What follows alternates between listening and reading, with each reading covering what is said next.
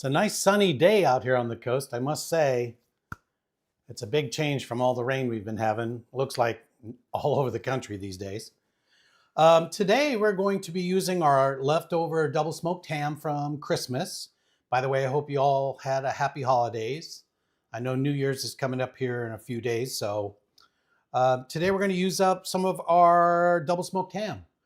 Lord knows I have enough of it. There's only 3 of us that live here, and that's a big ham. So I've already portioned it out and put everything away that I need to. But we're going to go through how to use some of your leftover ham in a very simple recipe with a couple of fine touches that we'll talk about.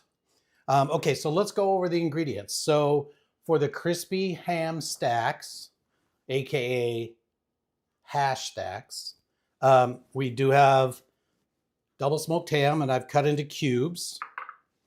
I have some poblano, also about the same size. Some onion. You can use whatever onion you want. We just use mainly sweet onion in the house, so that's what I have. I have some cold smoked pepper jack cheese. You can use any cheese. This is more of a binder. When we get to actually building the stack, we'll put slices of cheese on it. So this is just more of a binder, but it adds flavor.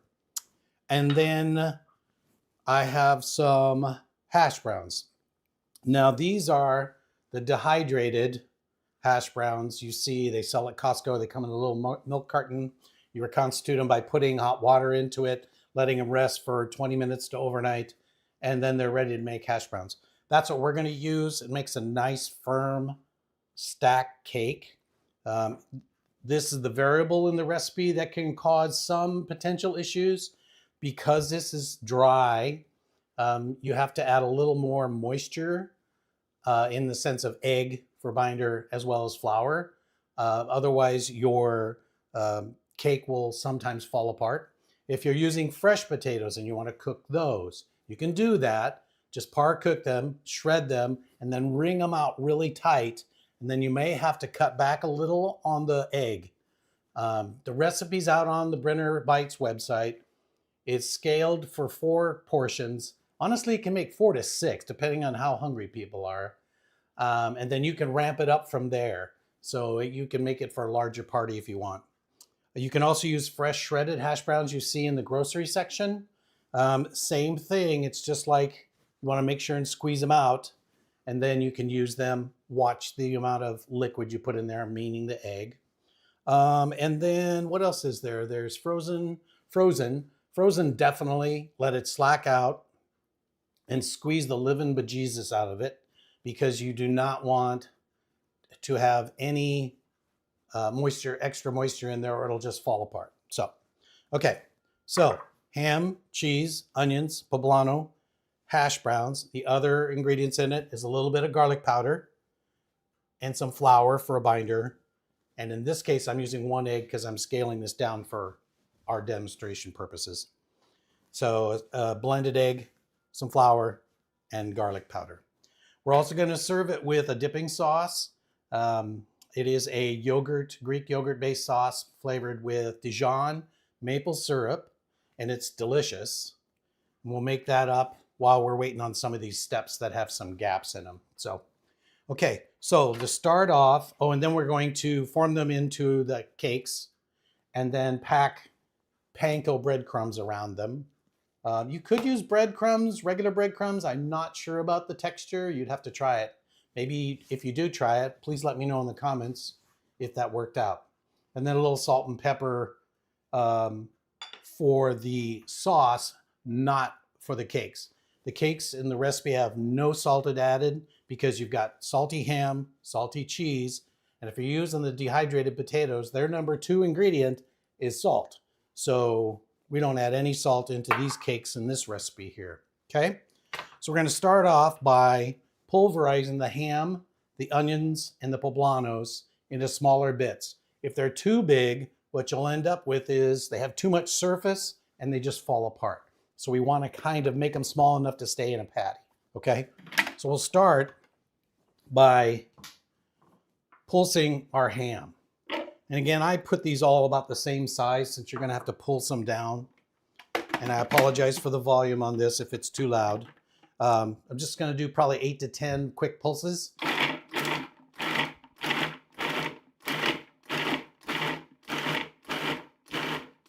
That was 12.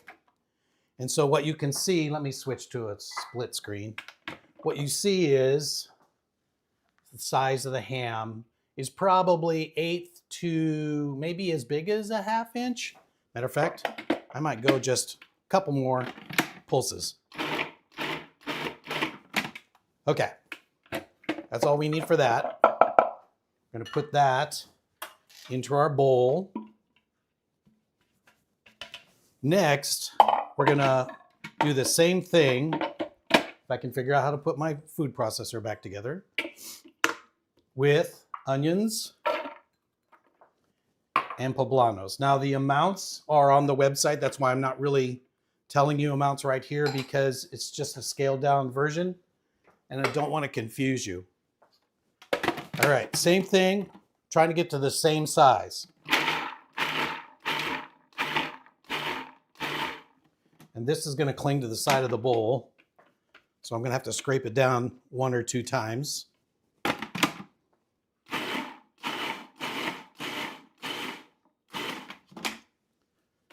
I hope everybody's being safe out there. I know the weather out there is just nutty in some parts of the country. That looks good. Now, we have 2 choices. We could just add this to the ham and make the cakes. I prefer it a little sauteed because it takes a little bit of that raw onion taste out of it that can end up being a little dominant otherwise, even with sweet onions. So we're going to just take, and we're just going to saute them till they're soft. We don't need color. Got a little neutral oil here. Hopefully you guys can hear me okay. Maybe somebody could chime up and say if you, hopefully you're getting volume. That would be sad. All right. I'm going to pull this off because we are done with this. While that heats up for a second, let me move this out of the way. It's getting pretty close. And we're just going to saute this probably 3, maybe 4 minutes. And while we're doing this, yeah, I didn't let it get quite hot enough. That's okay. We're just trying to sweat out these veggies. And while we're doing that, spread this out. You see it? Yeah. Okay. We are going to, I'm going to move this aside for a second. We're going to make our dipping sauce. So the dipping sauce, super easy. Greek yogurt, plain. Ideally use full fat. Non-fat and some of the other ones, the flavored ones, tend to make it taste a lot different. So it's up to you. You use what you need to use. Okay, we got our Dijon mustard. Our real maple syrup.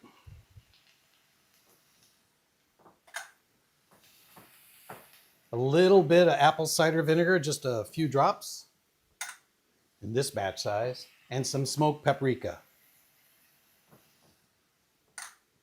Now what we're going to do, if I can not make a mess, we're going to mix this up, and I'm going to take a quick taste test and see if it needs salt. It probably needs pepper.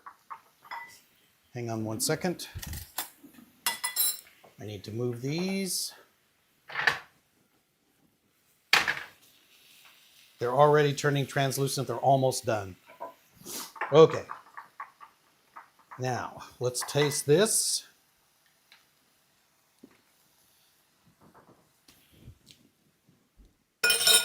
That's pretty good, but I'm not going to salt it because I know this is going to be salty. I am going to add some pepper. All right.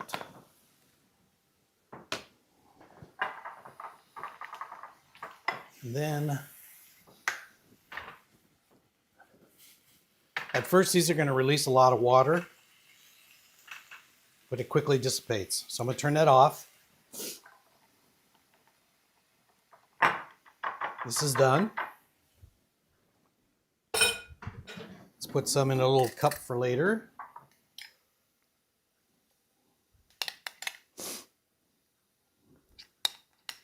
Because I am going to taste this and I do want the dip. All right, let's set that aside.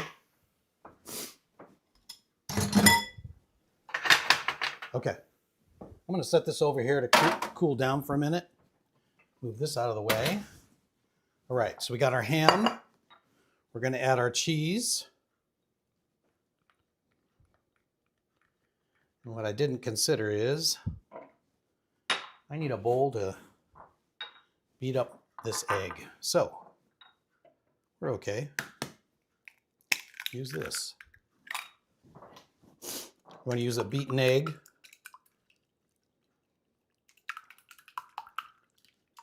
And while I'm doing that, let's see if I can multitask. I'm going to add my garlic powder. I'm going to do it over the bowl so in case I spill.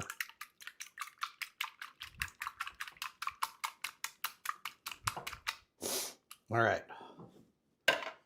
And that's the sauce. I want this. We'll add our egg.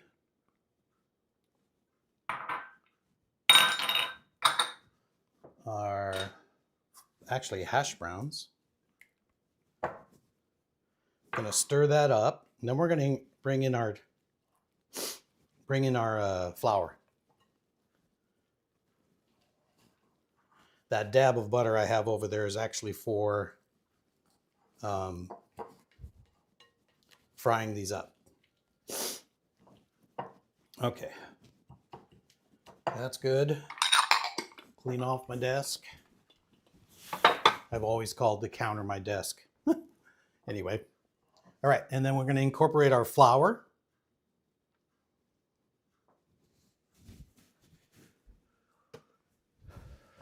And this is going to act as a binder. Could you use gluten-free flour? I don't see why not. You would have to do something about the panko. I know they make gluten-free panko. It's not inexpensive, but that's up to you. All right. These are still warm, but that's okay.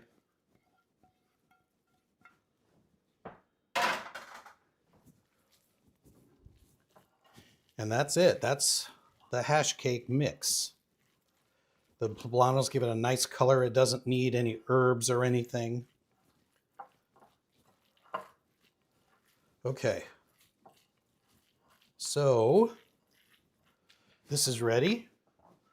Let me grab a pie plate real quick. Excuse me, stepping out of view. I'm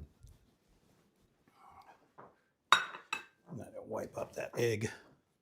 Okay. I'm gonna put some panko in the dish. And I also need a place to put these. I've got a sheet pan right here. And I'm going to use a 3-inch biscuit cutter. Now, I'll put this in as into the description once the stream ends. But this is 19 different cutters all the way down to like an inch, all the way up to like, I think it's 7 inches. Very handy. Stainless steel. Not really expensive, but handy. So we're going to put some panko in the bottom. I'm going to put my mold in there. And I'm going to fill this mold while it's resting on these panko. What this helps with, I need something to pack it in. What this helps with is not having to deal with the sides getting mushy and going everywhere and trying to shape it properly in your hand. And it also presents nice. Gives it a very professional look. So I'm going to fill this almost to the top. Maybe that's a little too much. And just pack it around the edges. Okay, there. And then I'm going to take the panko and just put a coating on the top. Again, pushing it all down. And then I'm going to take a fish spatula, that's what this flexible spatula is, underneath and place it over on a sheet pan. We're going to put these in the fridge for 10 to 15 minutes to help them set up.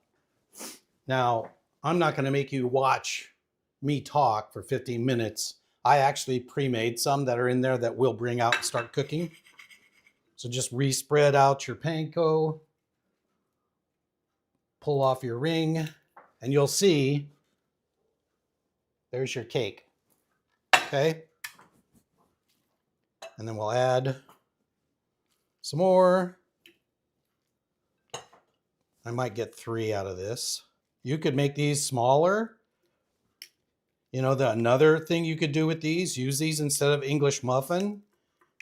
And they already have ham in them. Just put a poached egg on them and top them with hollandaise. And you've got a ham cake Benedict. You could deep fry these, although I've never tried to do them to see if they would hold together in a deep fryer. I've just pan fried these. That's the most common way. Okay, I'm going to move this one. And I got one more. See if I can get this out of this. There we go. Flatten it out. Might need a little more panko here. All right. And then it's going to use up almost all the rest of this. I'm pretty sure I might have just a smidge left over.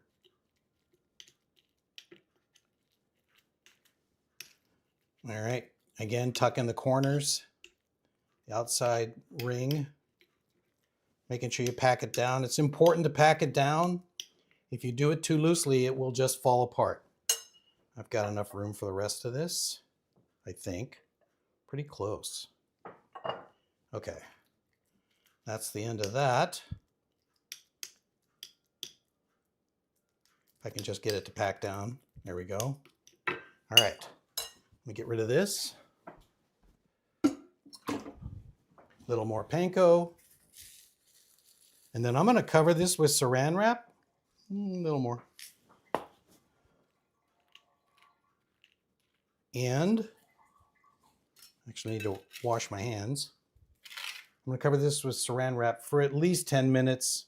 Closer to 15 would be better because the flour and the egg will start to set it up so it doesn't fall apart when you cook it. Wash my hands real quick. I'm handling raw egg.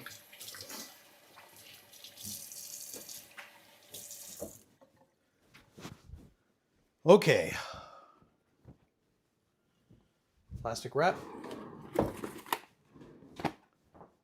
Film. And refrigerate. Pretty simple. Especially if you have that ring. You can also use an egg mold.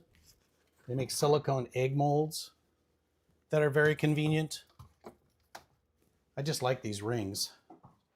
Still getting stuff on the counter. Okay, these are ones that I made probably about an hour ago. So I'm sure they're set up well. All right. Now we need a pan. We need a larger pan because I'm going to try and cook all 3 at the same time to save your time.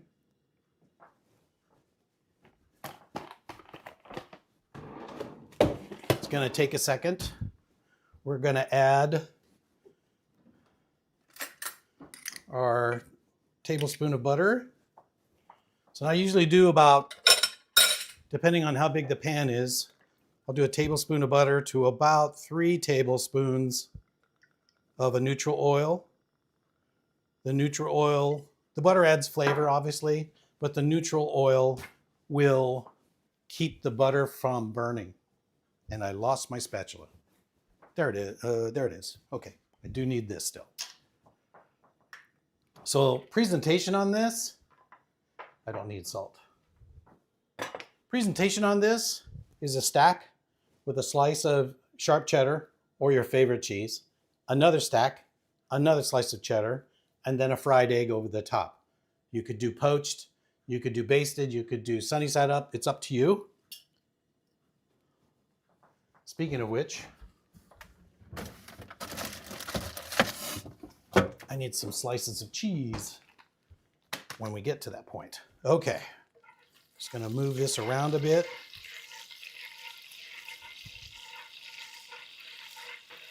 You start hearing this bubbling noise slow down. This right now it's burning off water from the butter. It'll be ready. As it gets quiet and the bubbles get smaller. Yep, there we go. Okay. I'm going to put in my cakes. You don't need this super high if you make them this thick. I'm going to turn this down just a little bit because you want to cook the egg. That's really the only thing that needs to be cooked inside this. And since it's in the middle of that 3/4 inch thick cake, you want to be able to at least heat it enough to set up that egg. I'm going to put a paper towel here. As these come off, I'm going to place them on the paper towel. But before they come off, I am going to add a slice of cheese onto each one. I have 3, so I'm just going to use 2. So I'm going to use 2 slices of cheese.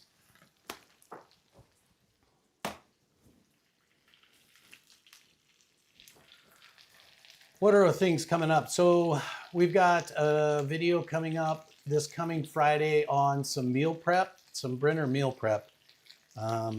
Ways to stretch your dollar. The video after that, I've got 5 Brinner ramen bowls. So dinner for 4, under $10 for each one of them. That'll come out a week from this coming Friday. So the prep meals are this coming Friday. The $10 feeds for ramen bowls are the following Friday.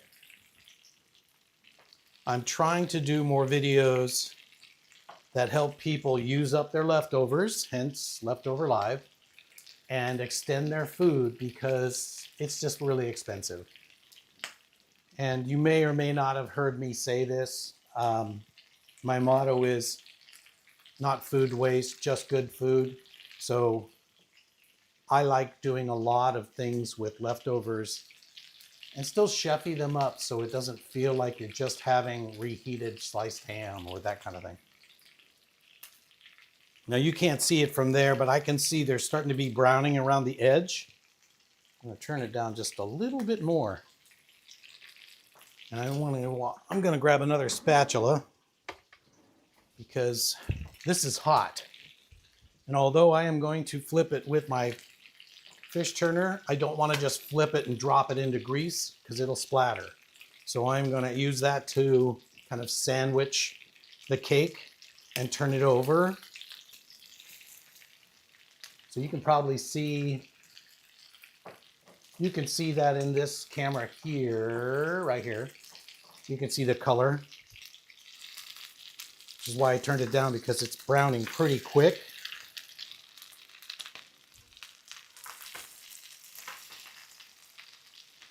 And I don't think, there we go. I'm going to get some oil underneath there. This is kind of a cross between a hash, which it is a hash technically, and a crab cake or a fish cake or any kind of cake that you make. This would probably make a really good breakfast sandwich. I would put it on probably, I don't know about English muffin because I think it's soft enough. If you bite through an English muffin, it's going to push the filling out.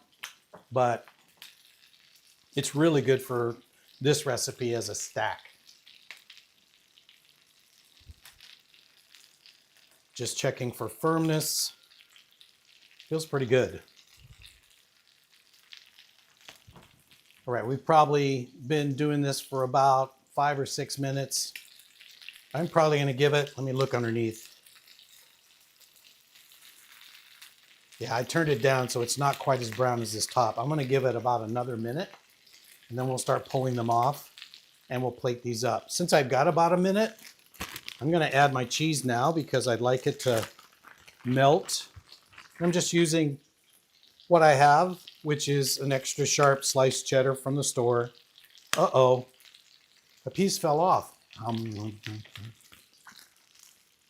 Don't waste that food. Well, unless it hits the floor. That's a different story.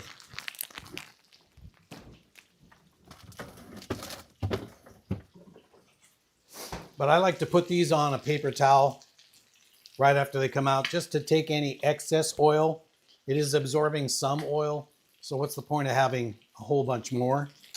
I'm going to pull this one off.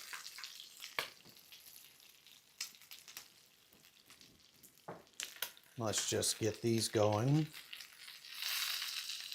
And I want some more oil over here because it's putting all the oil down to this side. Must be a lean in my burner. All right. Starting to wilt. Perfect. Woo! I guess gotta watch out for that. All right, I feel like I need that other spatula. Just get more leverage. Okay, gonna move this off. Let's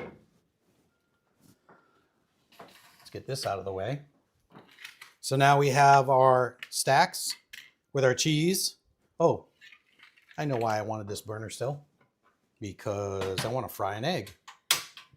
All right, let's do that. I am gonna wipe out this pan from the onions and the peppers, poblanos. If there's a little bit of bits in there, I don't care because it's still in the same thing. But rather than get another pan dirty, let's do that. I'm just going to use a little bit of oil. I don't really feel a need to use more butter. Just a little bit of oil for the egg. I like mine somewhere between over easy and over medium. I don't know. How do you guys like your eggs? Doesn't have to be fried, but what's your favorite way? One thing I am going to do is put a little bit of pepper on there. I'm still going to skip the salt. Normally I would put a little bit of salt on top, but I still think this is going to be plenty salty. And while this does its thing, I'm going to get a service plate. Okay. So we're going to take our first cake, put it on our plate, and can I get under that one? I hope so. I almost split it. And then our second cake, and I like to rotate the cheese corner to corner so you get a little more coverage. That may stick a little bit. We'll see with that pepper on there. It's getting there. There we go. These Tefal, you know, they're not expensive. For what they are, they're a good pan. They last a long time until you start having issues with the coating. But it looks pretty good. We'll flip that, give it a little bit of time, and we'll flip it back over. You could put some chives on top. The way I ate when I was testing this is Cholula Chipotle is really good on this. Sriracha is really good. Any kind of hot sauce with the poblanos in there. You can do salsa. You can do sour cream. You could do the dipping sauce. I am going to scooch this just a little so I can put my dipping sauce on there. Okay, this is just about right. All right, let's turn this off. Let's top our hash.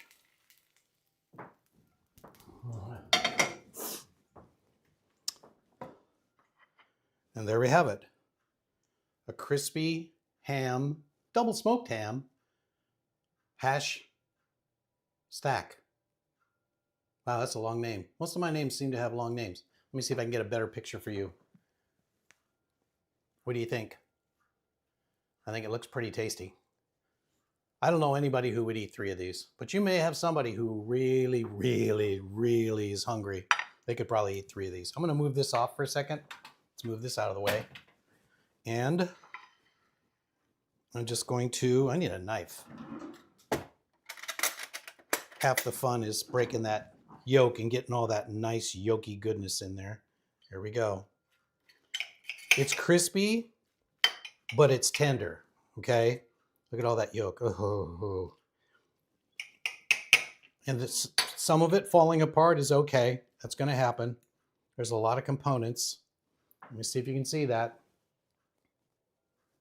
The egg. I'm going to try the dipping sauce too.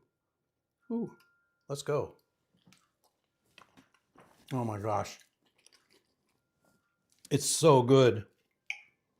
The cheese gives it a little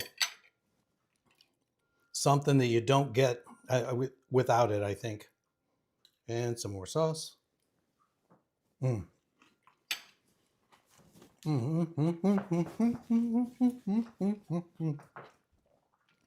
That's so delicious. Oh my gosh, that's good. And that's it. Pretty simple. Have to watch the amount of water in your hash browns. But other than that, it's pretty self-explanatory. You just dice everything up, run it through the food processor, blend it all together, fry it with some panko. You're good to go.